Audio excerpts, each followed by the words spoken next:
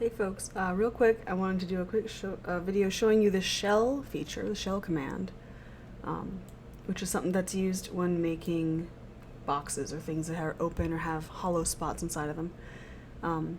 Here's a basically rectangular prism. I extruded it and I've got fillets on the front of it, and that's not dimensioned right, but that's kind of the shape of the one that they have as the example. But I gotta make it hollow. Like, how am I gonna put things inside of it?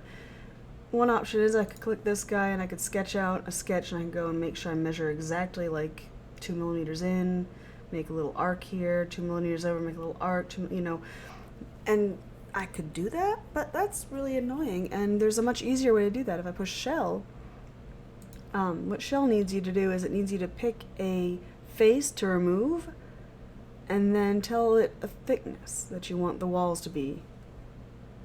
So let me click on that.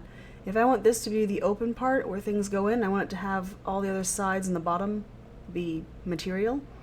Click that guy and look at that. Let's put a hole down the middle of it. You can make it whatever thickness you want. You can change that thickness.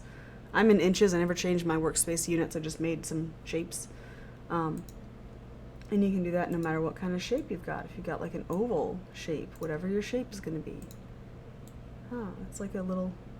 how about that? Yep. No matter what kind of shape you got. It works for... Let's see what else. I made some random other shapes too. Yeah, that thing's funny. Okay.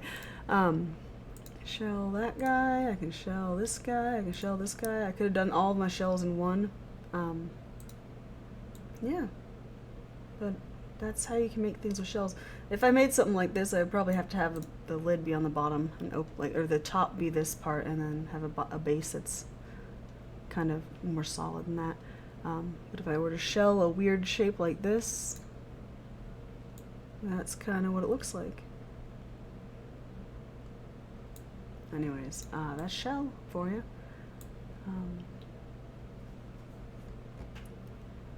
You can also, with a shell, like let's say I wanted it to be, when it said you had multiple faces, you can select. If I push on shell and I click on like this face and that face, then it'll get rid of both the faces. It'll keep everything else thin-walled. I'm not sure. There's certain scenarios where you might want that. I don't know if anybody has a design like that, but it'd be like if you had a two-part lid that wrapped up and over. I've seen things with magnets that have like a two-part lid that wraps around like that. Anyways, that's shell.